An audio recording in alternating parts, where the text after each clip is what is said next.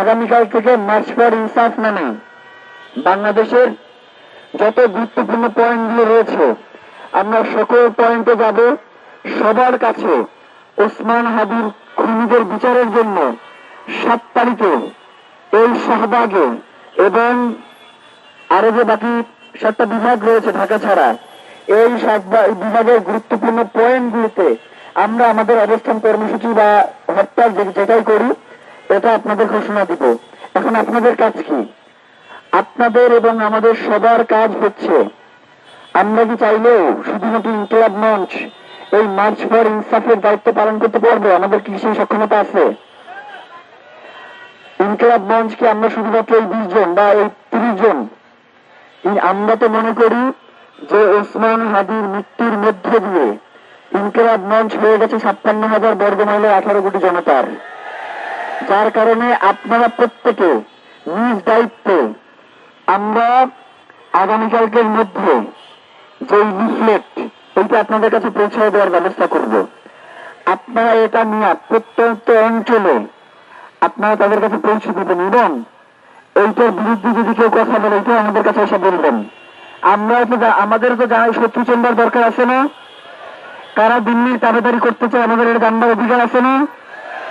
আমরা এইখানে নাম ধরে ধরে বলবো যে কারা দিল্লির কাছে বাংলাদেশকে বিক্রি করে দিতে চায়, কারা চায় না এই ভারতীয় আধিপত্যবাদের আমাদের নেতা ওসমান হাদির হত্যাকারীদের বিচার হোক। এবং আপনাদের কাছে যারা এই ভোট চাইতে চাইবে আপনারা তাদেরকে 2টা কথা জিজ্ঞাসা করবেন। আপনি কি ক্ষমতায় আসার পরে ওসমান হাদি যে ইনসাফের কথা বলছে, যে স্বাধীনতা সার্বভৌমত্ব রক্ষার কথা বলছে, এটা কি আপনারা রক্ষা করার জন্য বলবেন? যদি বলে হ্যাঁ, ওকে। সেকেন্ড বলবেন এই হত্যার বিচারের ব্যাপারে আপনার এখন পর্যন্ত অবস্থান কি? আপনি কি কি করছেন এই হত্যার খুনিদের বিচারের জন্য?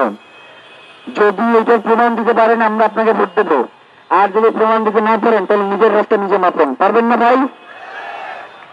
কারণ হচ্ছে আমাদেরকে 12 ফেব্রুয়ারির মধ্যে ইলেকশন করতে হবে, নির্বাচনকেও থামাই রাখা যাবে না এবং আগামী এই জানুয়ারির মধ্যে মানে ফেব্রুয়ারি পর্যন্ত ওসমান হাদির বিচারে কোনো কিছু নিয়ে আমরা যাবো না।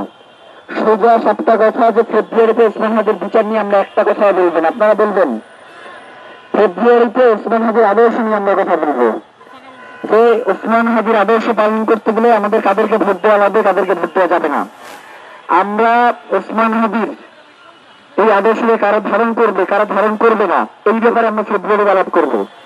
জানুয়ারির মধ্যে মানে জানুয়ারির যে আমাদের 22 কার্য দিবস রয়েছে এখন থেকে 20 কার্য দিবস, আগামী 20 তারিখের মধ্যে জানুয়ারির 20 তারিখের মধ্যে তাদেরকে একটা চূড়ান্ত পর্যায়ে পৌঁছাতে হবে বিচার কার্য নিয়ে। মানে এর বাইরে আমরা তাদেরকে কোনো সুযোগ দিব না। এরপর থেকে লাগাতার কর্মসূচি চলবে, মানে হচ্ছে আজকে বসছি কালকে উঠে গেছে এই ধরনের কোনো কিছু না। হরতাল যদি চলে সেটা চলতেই থাকবে, অবরোধ যদি চলে সেটা চলতেই থাকবে।